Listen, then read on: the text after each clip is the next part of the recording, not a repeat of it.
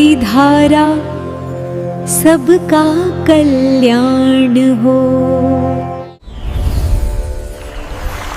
आप देख रहे हैं एच सीरीज भक्ति धारा। जय श्री राम श्रोताओं, आज आपको मैं गरुड़ पुराण के अंतर्गत मुक्ता के विविध भेद, लक्षण एवं परीक्षण विधि की छोटी सी कथा सुना रहा हूं। तो सुनिए। श्री सूत जी ने कहा, श्रेष्ठ हाथी, जीमूत, मेघ, वराह, शंख, मत्स्य, सर्प, मुक्ति तथा बांस में उत्पन्न मुक्ता फलों के संसार में प्रसिद्धि है, किंतु इनमें सुक्ति, सीप में प्रादुर्भूत मुक्ता ही अधिक उपलब्ध है। मुक्ता शास्त्री कहते हैं कि इन मुक्ताओं में मात्र एक ही ऐसी मुक्ता होती है जिसको रतन पद पर अधिष्ठित किया जा सकता है। वह मुक्ति से उत्पन्न होने वाला मुक्ता है। वह सूची का आदि यंत्रों से वेद्य होती है। शेष मुक्ताएं अविद्य हैं। प्राय बांस, हाथी, मत्स्य, शंख एवं वराह से उत्पन्न मुक्ताएं प्रभावहीन होती है, फिर भी मांगलिक होने से प्रशस्त मानी जाती है। रतन निर्णायक विद्वानों ने मुक्ताओं के जिन 8 प्रकारों का वर्णन किया है, उनमें शंख से उत्पन्न और हाथी से प्राप्त होने वाली मुक्ता को अदम कहा गया है।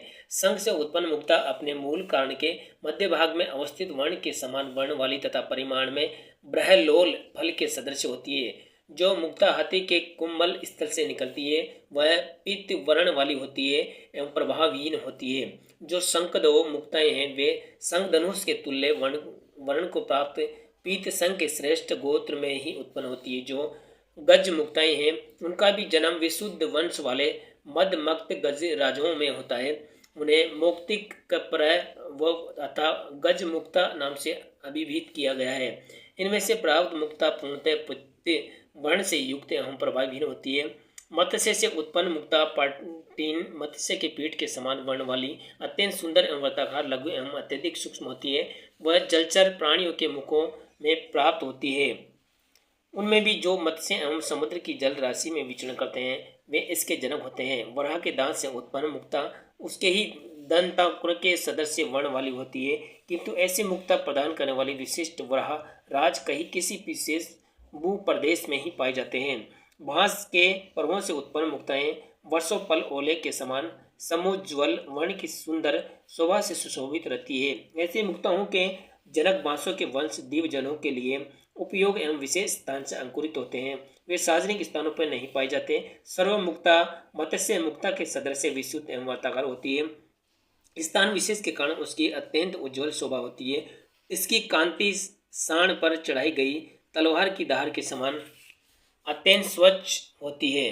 सर्पों के सिर से प्राप्त होने वाली इस मुक्ता को अर्जित करने वाले मनुष्य अति से प्रभाव संपन्न, राज लक्ष्मी से युक्त एवं दुस्साध्य, महान, ऐश्वर्य संपन्न, तेजस्वी एवं पुण्यवान होते हैं। रत्नों के गुण एवं अवगुणों को जानने की इच्छा से यदि रत्न विधियों में पूर्ण अधिकार रखने वाले विद्वानों के द्वारा शुभ मुहूर्त में प्रयत्न पूर्वक समस्त रक्षा विधि से संपन्न भवन के ऊपर उस मुक्ता को स्थापित कर दिया जाए तो उस समय आकाश देव दुंदुभियों की ध्वनि परिव्याप्त होती है। इंद्रधनुष के टंकार, विद्युल्ताओं के संघर्षण एवं सघन पयोधरों की पारस्परिक टकराहट से अंतरिक्ष आच्छादित होता है। जिनके कोषागार में यह सर्प मुक्ता रहती है, उसकी मृत्यु सर्प, राक्षस, व्याधि या व्यवहारिक दोष के कारण नहीं होती। मेघ से उत्पन्न होने वाली मुक्ता पृथ्वी तक आ ही नहीं पाती। देवगण आकाश में ही उसका हरण कर लेते हैं। उस मेघ मुक्ता के तेज की दिव्य कांति से अनावर्त समस्त दिशाएं अलौकिक होती है। सूर्य का समान दीप्यमान उसका परिमंडल देखने में कष्ट साध्य होता है। अग्नि, चंद्र, नक्षत्र तथा ताराओं के तेज को तिरस्कृत करके जैसे सूर्य के कारण दिन प्रतिभासित होता है, उसी प्रकार गहन अंधकार से भरी हुई रात्रियों में भी उस मेघ मुक्ता का तेज दिन की प्रभा के समान ही प्रभाव को विकृत करता है। विचित्र रत्न क्रांति को प्रातः सुंदर आभूषणों को प्रशस्त बनाने के लिए जलराशि वाले चारों समुद्रों में से इस मुक्ता का जन्म हुआ है। मेरा पूर्ण विश्वास है कि इसका कोई मूल्य निर्धारित नहीं किया जा सकता।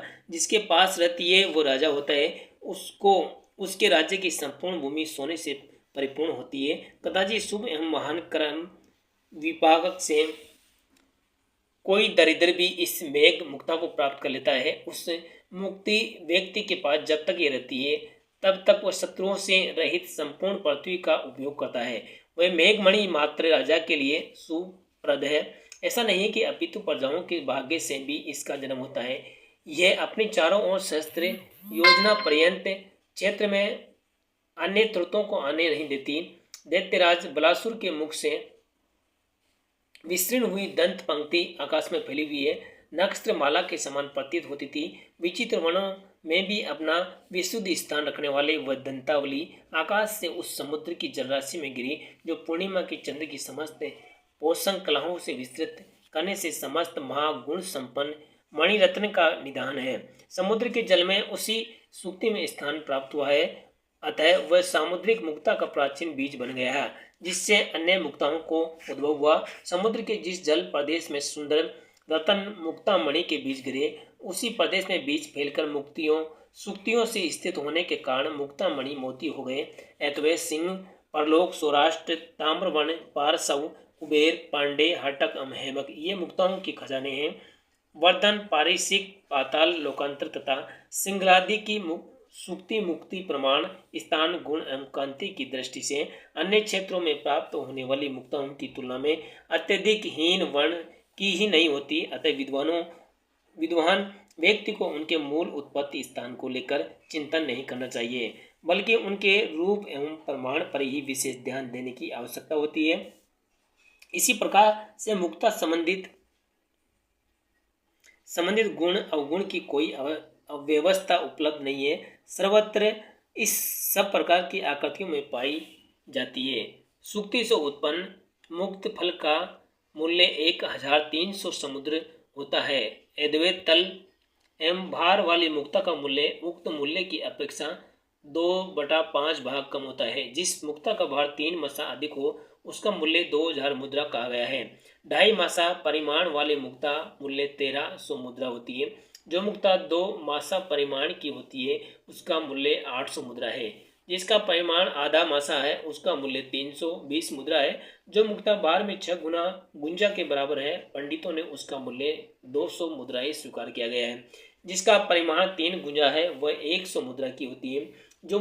जो मुक्ता उक्त परिमाण में 16 भाग है, विद्वानों ने उसको दार्वसिक कहा गया है, उसका मूल्य 110 मुद्राएं होता है। जिस मुक्ता का कथित परिमाण की तुलना में भार 1/20 भाग हो उसको विद्वानों ने भवक की संज्ञा प्रदान की है।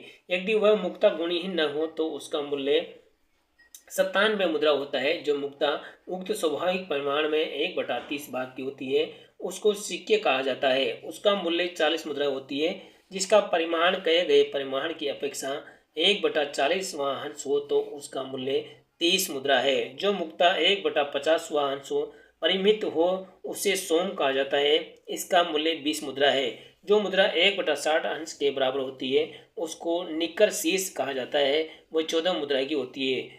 1/70 तथा 1/80 अंक परिमित मुक्ता को कुप्पे नाम से अभिहित किया गया है, उनका मूल्य क्रम से 11 एवं 9 मुद्राएं हैं। विशुद्धता के लिए मुक्ताओं को अन्न पात्र अर्थात अन्न रखने वाले मटके में भरे हुए जमीन रस में डालकर पकाना चाहिए। तत्पश्चात उनकी मूल आकृतियों को घिसकर चिकन एवं समुज्जल आकार प्रदान करके उनमें यथाशीघ्र छेद भी कर देना चाहिए। सर्वप्रथम पूर्णतया आर्द्र मिट्टी से लिप्त मत्स्य पुटपात एवं फिर बिड़ाल पुटपाक में मुक्ताओं को पाचन करें। इसके बाद उन्हें चिकना एवं उज्ज्वल बनाने के लिए उसमें से निकालकर दूध अथवा जल या सुधा रस में पकाया जाता है। तदंतर स्वच्छ वस्त्र में घिस कर उन्हें उज्ज्वल चमकदार रूप प्रदान किया जाता है। ऐसा करने से वह मुक्तिक एवं अत्यधिक गुणवान एवं कांति से युक्त हो जाती है। प्रभावशाली सिद्ध एवं संत पत जनों के हित में लगे रहने वाले दयावान आचार्य व्याड़ी ने ऐसा ही कहा है। रस विशेष में शोधित वही मुक्ता शरीर का अलंकार होती है जो श्वेत कांच के समान हो, स्वर्ण जटित हो तथा रतन शास्त्र के अनुसार सुपरीक्षित होने के कारण तार कष्ट का निवारण करने वाली हो। सिंगल देश के कुशल जन ऐसा ही शोभान्वित कार्य करते हैं। यदि किसी मुक्ता के कृत्रिम होने का संदेश हो तो उसको लवणा मिश्रित उष्ण स्नेह द्रव्य में एक रात रखकर सूखे वस्त्र में वेष्टि करके यथा योग्य दहन के साथ उसका मदन करें। ऐसा करने से उसमें विवरण भाव नहीं आता तो उसकी स्वाभाविक मुक्ता ही माननी चाहिए।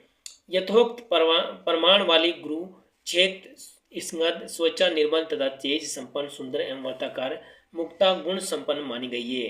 प्रमाण में बड़ी बड़ी सुंदर रश्मि कांति से परिपूर्ण श्वेत सुवर्ताकाय समान एवं सुख से छिद्र से युक्त जो मुक्ताएं होती है वे क्रय न करने वाले व्यक्ति को भी आनंदित करती थी।